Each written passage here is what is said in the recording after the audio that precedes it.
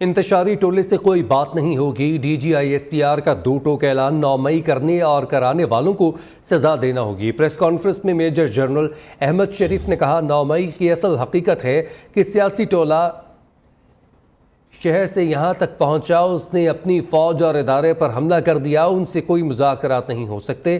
ذمہ داروں کو سزا نہ ملی تو کسی کی جان، مال، عزت اور آبرو محفوظ نہیں رہے گی۔ فوج نے اپنا احتساب کر لیا، 9 مئی کے ذمہ داروں کا احتساب اب تک نہیں ہو سکا۔ D G I S P R نے کہا ہم عدالتی تحقیقات کے لیے تیار ہیں، جوڈیشل کمیشن بنانا ہے تو 2014 میں پارلیمنٹ اور پی ٹی وی حملوں پر بھی بنائیں۔ کیسے خیبر پختونخوا کے وسائل کو اسلام آباد پر چڑھائی کے لیے استعمال کیا گیا، آئی ایم ایف کو خطوط لکھے جانے کی بھی تحقیقات ہونی چاہیے۔ انتشاری ٹولہ صدق دل سے معافی مانگے، نفرت کی سیاست چھوڑنے کا وعدہ کرے، تعمیری سیاست میں حصہ لے۔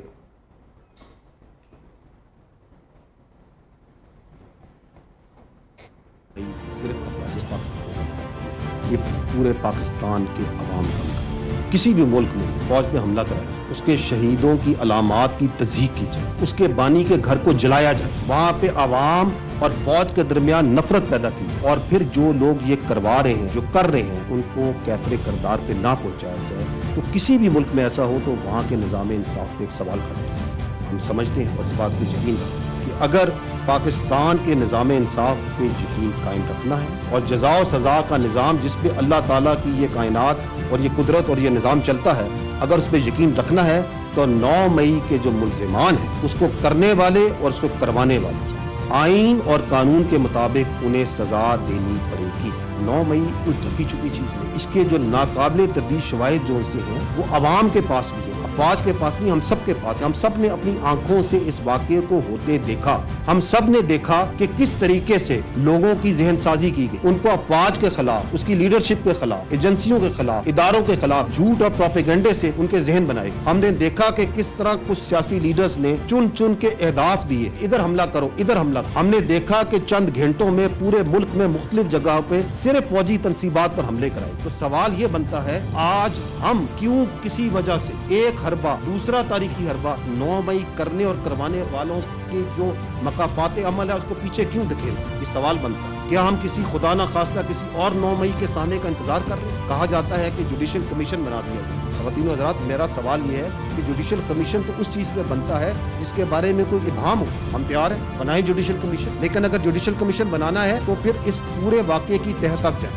وہ جوڈیشل کمیشن اس بات کا بھی احاطہ کرے کہ 2014 کا دھرنا اس کے مقاصد کیا تھے، وہ اس بات کا بھی احاطہ کرے کہ پارلیمنٹ پہ حملہ کیسے ہوا اور کیسے کرایا گیا، وہ پی ٹی وی پر حملے کا بھی احاطہ کرے، کس طرح لوگوں کو یہ ہمت دی گئی، کس طرح لوگوں میں یہ عنصر ڈالا گیا کہ آپ ریاست کے خلاف کھڑے ہیں، کس طرح 2016 میں کے پی کے ریسورس سے سرکاری وسائل کے ساتھ دارالخلافہ پہ دھاوا بولا گیا۔ وہ یہ بھی دیکھے کہ کیسے آئی ایم ایف کو خطوط لکھے گئے، باہر لابنگ کی گئی فرموں کے ذریعے کہ پاکستان کو دیوالیہ ہونے دیا جائے، اس کو قرضہ نہ دیا جائے، کہاں سے فنڈنگ جاری تھی، کہاں فنڈنگ جاری تھی، اس بات کا بھی احاطہ۔ D G I S P R کا کہنا ہے کہ 8 فروری کو 69% عوام نے 9 مئی کا بیانیہ مسترد کر دیا۔ 8 فروری کو عوام نے اپنے ووٹ سے ایک مخصوص جماعت کو ایبسولوٹلی ناٹ کہا۔ ایک مخصوص جماعت کو صرف 31% ووٹ ملے، مجموعی آبادی کے صرف 8% نے ایک مخصوص جماعت کو ووٹ دیا۔ انتخابات میں فوج کا کوئی عمل دخل نہیں تھا، ثبوت ہے تو آئینی اداروں میں پیش کریں۔ الیکشن میں فوج کا کردار عوام کو محفوظ ماحول فراہم کرنا تھا۔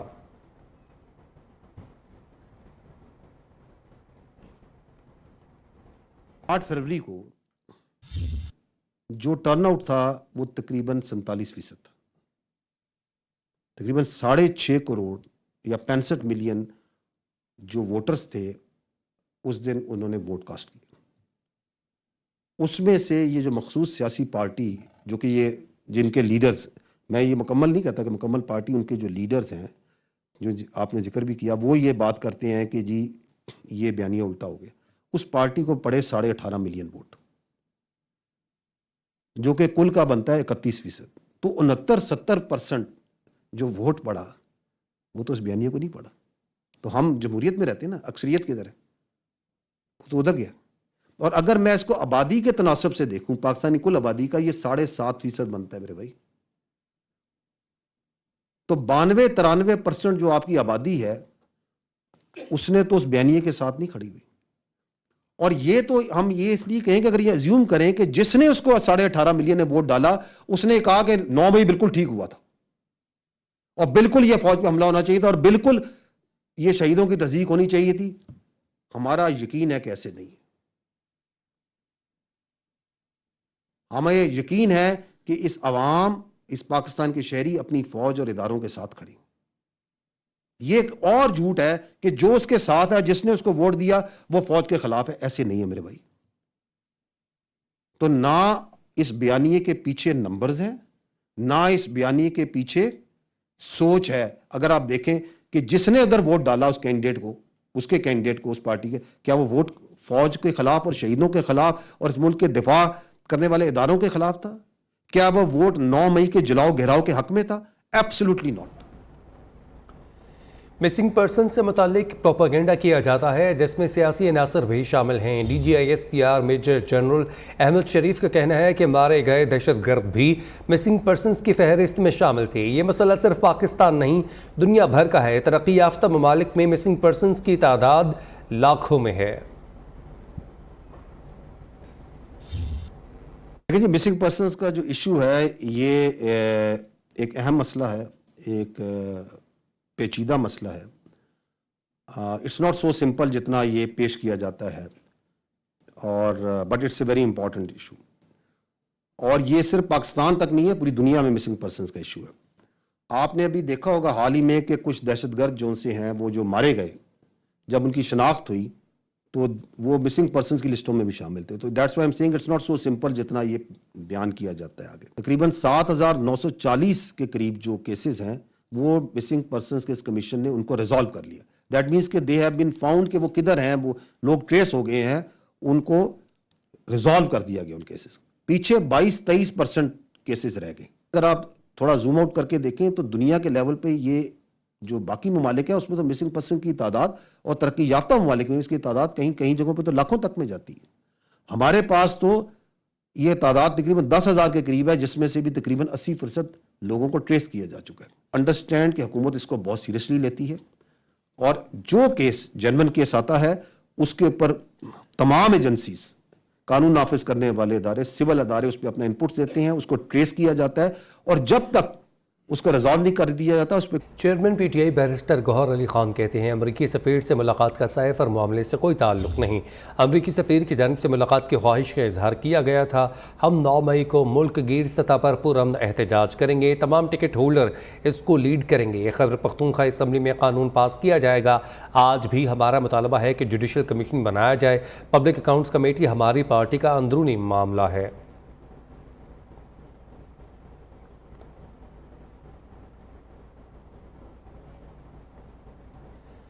وفاقی کابینہ کا خصوصی اجلاس کل 9 مئی کو پارلیمنٹ ہاؤس میں طلب.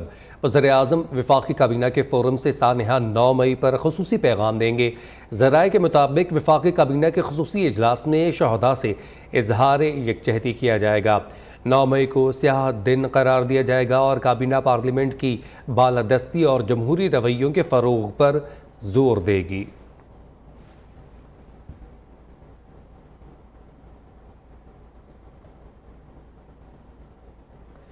امریکہ کے پاکستان میں کسی خاص سیاسی جماعت سے متعلق کوئی پوزیشن نہیں ہے.